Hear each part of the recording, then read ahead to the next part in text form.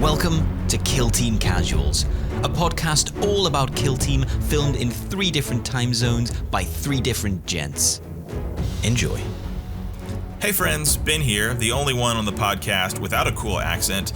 Just dropping by to say thanks a ton for listening or watching, however you enjoy the podcast. It really does mean a lot to us.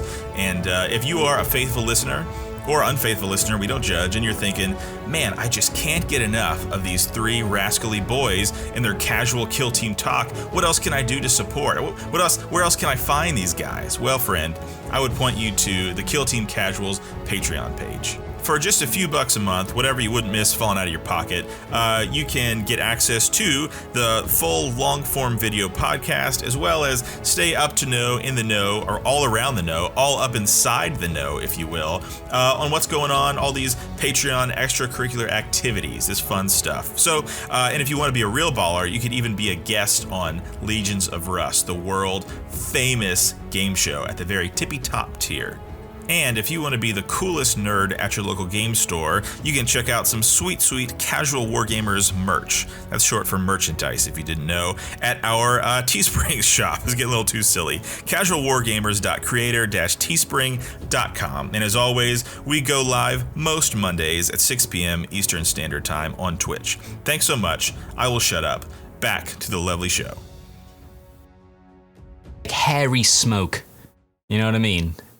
I think we need to talk about to me, this is actually the biggest news of the past week. I don't want to toot my own horn, but I do want to toot Australia's horn. Oh, because here it is. It's coming home. The belt's coming back, baby. The little underdog, Alaska, went in there, took obviously the super low-powered Colts, obviously the team that no one saw coming. Yeah.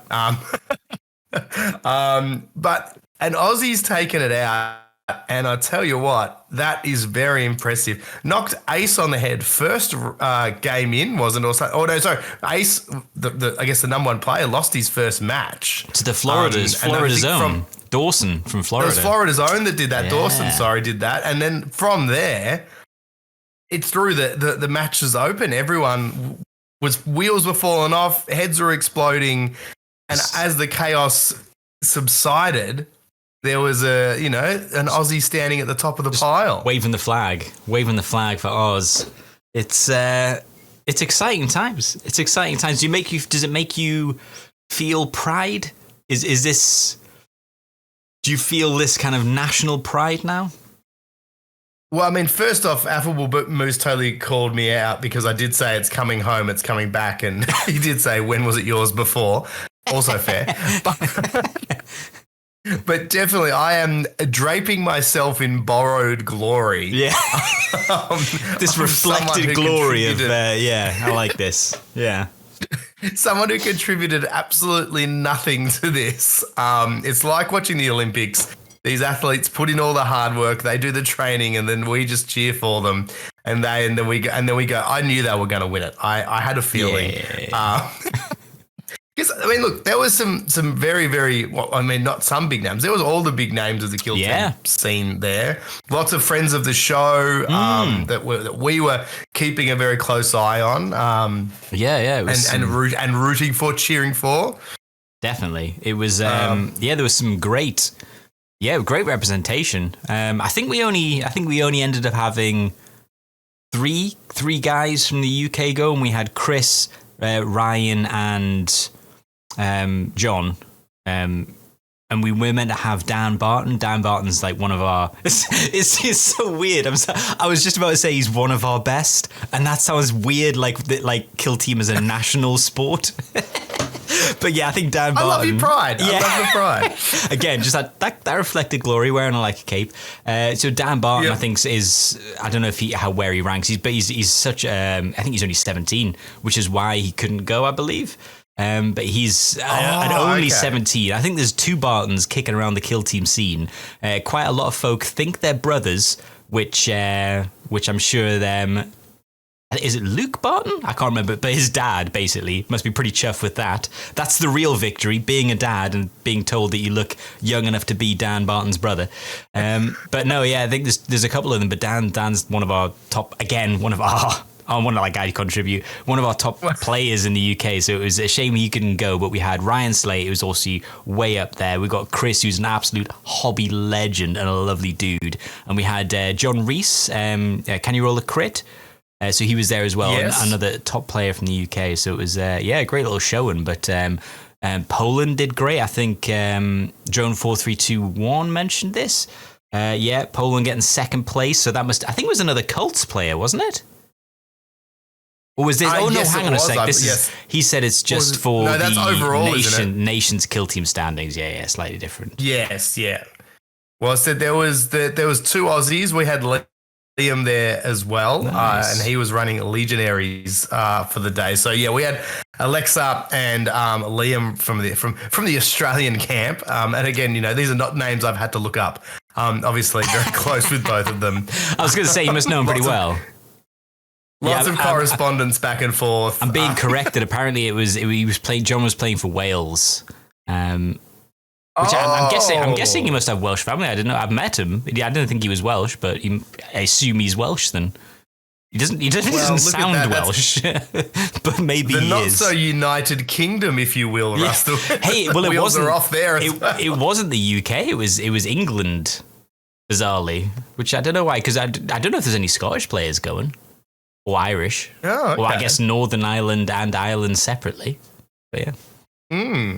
Who knows? They're not so United. Geez, it's a dark day. I mean, we're torn away from you. I'm going to say Commonwealth. I'm going to say Commonwealth victory, and I'm going to say that we take this Australian victory as part of the Commonwealth. And thank you very much, Rhys, for that victory. Well done us. You're welcome. Well done us. You're welcome. I think it was interesting to see. Obviously, the main event. Obviously, just quickly touch on. I would say Ben is usually our number one correspondent for these events and these tournaments. He's definitely the man in the know.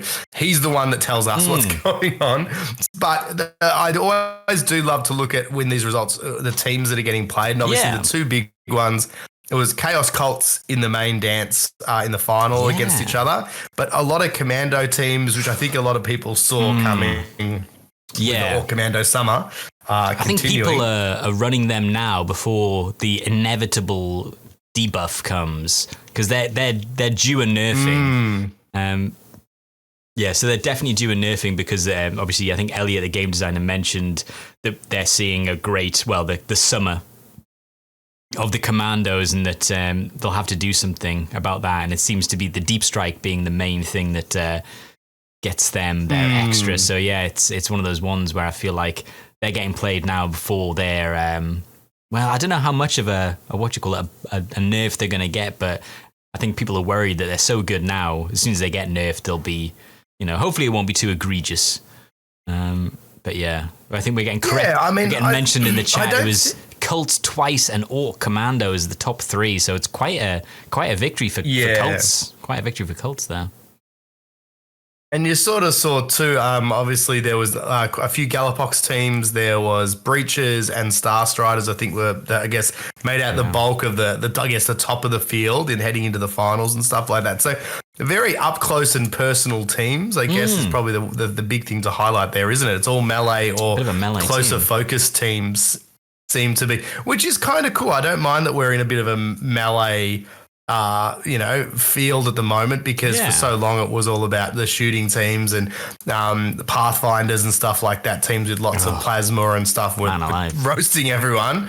So I don't mind that it's spun back the other way a little bit. We're seeing teams come back, and I think even maybe a few people thought that maybe Cults might not have seen as much because they did get that nerf, but obviously in a good way. It wasn't too severe that it made them unplayable. Obviously, it's still hugely playable. Oh, obviously, with what they were doing. They're an odd one, because I remember playing them pre nerf, and they were crazy good. Like the 5-up Feel No Pain. I mean, the nerfs seemed at the time. I was like, oof, these guys are going to be just killable now. But they're not. It's I think it was a decent nerf. Like they were still good after the nerfs, just not crazy good. But yeah. It'd be interesting to see with the Orcs too. Like, obviously, I think the forward deploy is definitely one of their most powerful abilities at the moment. Then obviously it can be quite heavily abused because you can use it multiple times. I mean, it wouldn't surprise me if the nerf to that is that you can use it once. Yeah. Like it'll be the same thing that happened to Hunter Clade. It'll be just the one operative and it'll be kind of like, it'll be tailored back. Whereas you can't, obviously now you can just be like 3. And I'm gonna take infiltrate. I'm gonna have my my breacher and my dynamite, and you can, whichever way you go, I will charge and wreck you or charge and dynamite you. So figure it out. So that it is a bit rough. So I think that's going to be, hopefully, I hope that's all they probably look at doing, because I think the rest of it, the team's actually, once I guess you get past that initial alpha strike, they're still a very good team, but they don't feel oppressive past that. I think it's just, you don't want to see a thing where the team goes from being the very tippy top to gets nerfed into the ground, that then it becomes unplayable and you don't see it for a long time. I think it should be all about getting those teams back to that middle ground of where they've got it in hands of a good player, they can always win. But there's got to be a bit of technical nous with them as well. Ali, asks a good question. Do you feel more allegiance to your country or kill team? And I'm not gonna lie, if someone had won with Blooded, I would have been like, I think that would have been more satisfying for me. I would have been like, yes, because they're still my team. I'm still like, yes, Blooded. I would have loved a Blooded win. So I think probably kill team, if I'm honest. Although, as part of the Commonwealth, we did win, and that feels good. But I think Blooded. For me, I don't think I'm emotionally attached to one kill team enough. Like, we know Ben has possibly married one of his legionary teams. We know you're a mad Blooded man. But I like lots of teams, but I also play so many. I flip flop between teams so often that I don't know if so I think for me it has to be country. I like. You're a bit polyamorous with your teams. You just like you in a big old bungalow with all these teams together, hanging out, having awkward Ben conversations and turning up over for the breakfast. show. I'm like the wind. I'm just. He's like the wind. I don't know. I do love a good underdog story, and that's probably the only thing I would have loved to have seen. It was good to see. I said obviously the Star Striders. There was did well.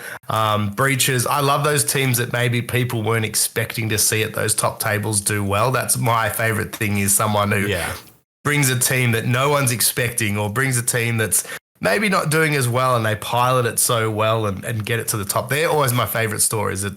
Not when you bring the favorite teams, when you bring those teams that no one sees coming. What would have been a team you would have just not anticipated winning at all? Because I think when me and Ben talked about it, we thought, we were like, Commando's probably going to do quite well. But to be fair, we didn't say Cults. Yeah. We thought Legionaries might do well, but like, what do you think is the team that if I said, if I was like Grey Knights won, Compendium Grey Knights won, what's the team that you're like, that's never going to win, but maybe not Compendium? Thanks for watching. The full pod is available where you listen to your podcast. We stream live on Twitch at Casual Wargamers, and the full video podcast is available now to all tiers of our Patreon. See you next week.